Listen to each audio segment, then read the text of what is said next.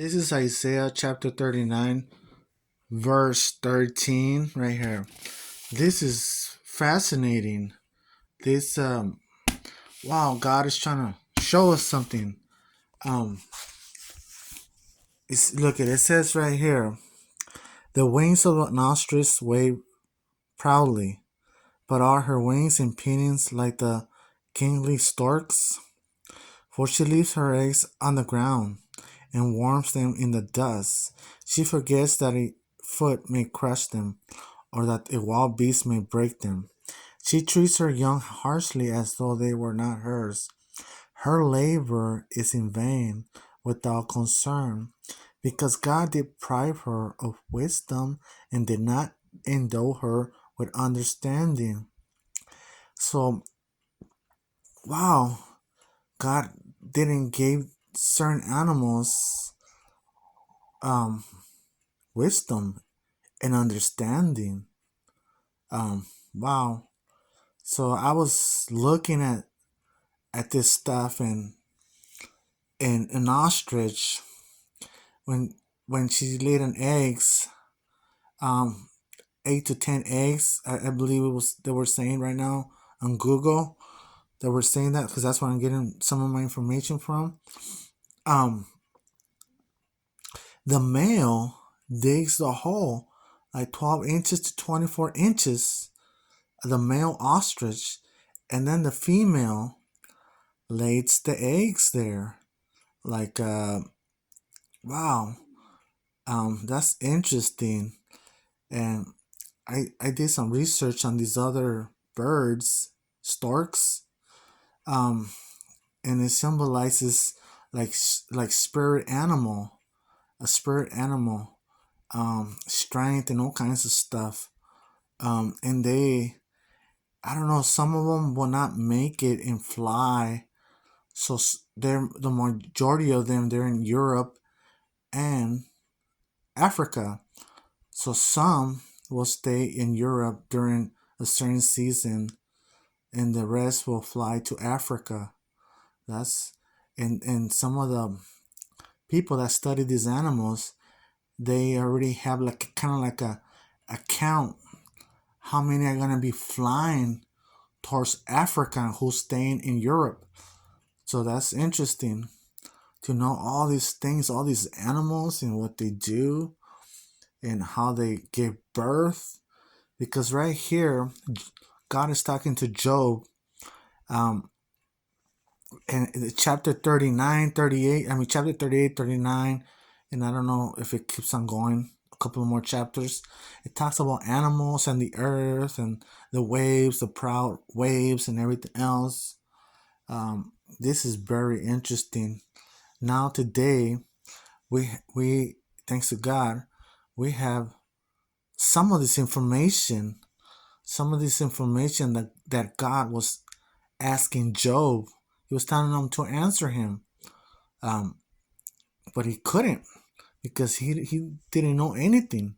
He doesn't know nothing. During that time. Now today, we know more things.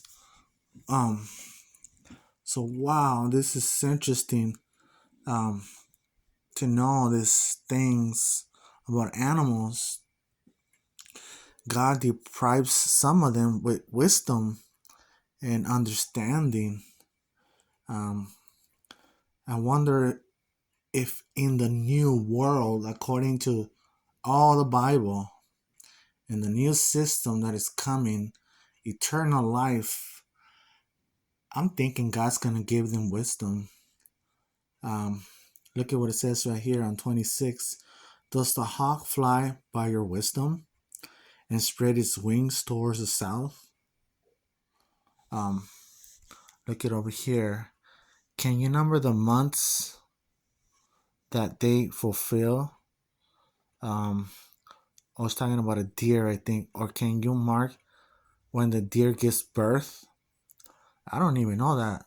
I'm pretty sure there's answers now for this. Or do you know the time when they bear young? They bow down. They bring forth their young. They deliver their offspring. Their young ones are healthy. They grow strong with grain.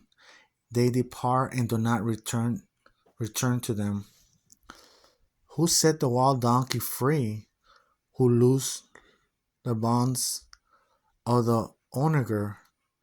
Whose home I have made the wilderness, and the barren land his dwelling. Wow. It's talking about animals. Will the wild ox be willing to serve you to a certain limit? Will he bit by your manger? Can you bind the wild ox in the furrow with ropes? Or will he plow the valleys behind you? Will you trust him because his strength is great? Or will you leave your labor to him?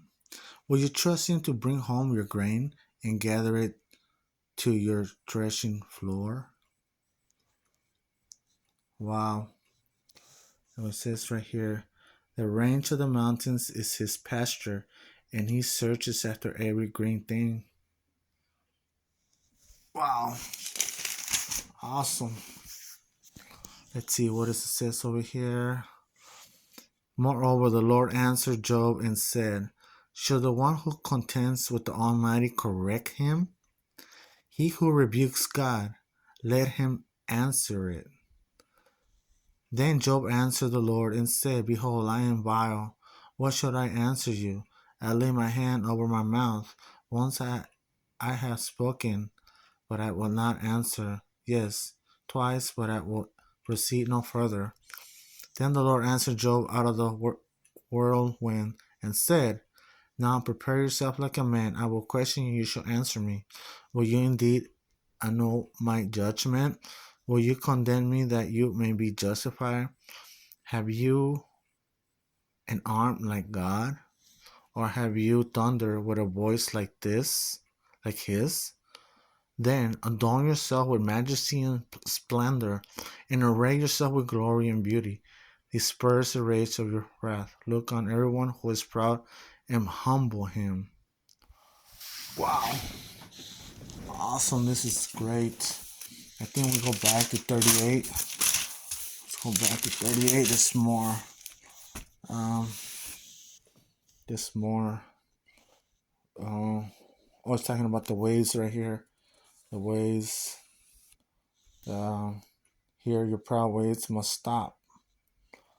Wow, he put a limit to the waves.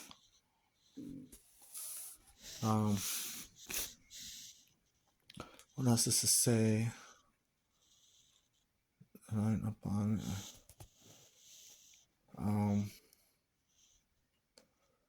wow, this is deep. 38 and 39. These two chapters are great. If you start dwelling on these things, and the waters harden like stone, and the surface of the deep is frozen. Can you bind the cluster of the Pleiades, or loose the belt of Orion? Can you bring out Mazzaroth in its season? I don't know what kind of animal is that. I gotta research it. Or can you guide the great bear with its cubs? Oh, no way. You can't. Once you see a bear with its cubs, a mandatory, most of the time they will attack you because they think that you're trying to do something to their cubs. So that's why I guess God is saying that. Do you know the ordinances of the heavens? Can you set their dominion over the earth? Wow. Can you lift up your voice to the clouds, that an abundance of water may cover you? Can you send out lightnings that they may go and say to you, here we are? Who has put wisdom in the mind? All right then. Bye.